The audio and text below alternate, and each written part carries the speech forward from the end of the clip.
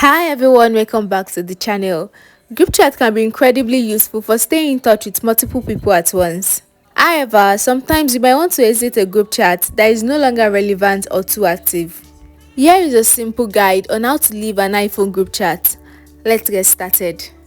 The first method is leaving the group chat.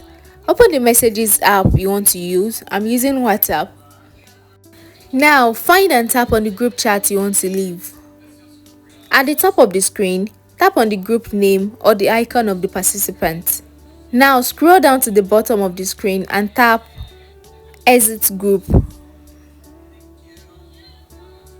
Confirm your choice if prompted. You also have an option to archive the chat instead of deleting it. You should pick the one that best suits you. Another method is to mount notifications. If you can't exit this group because you have informations there you want to keep, you can mount it. Go to the notification section and you see an option to mute notification, alert tone or call. You choose how long you want the conversation to be muted. And that's it guys.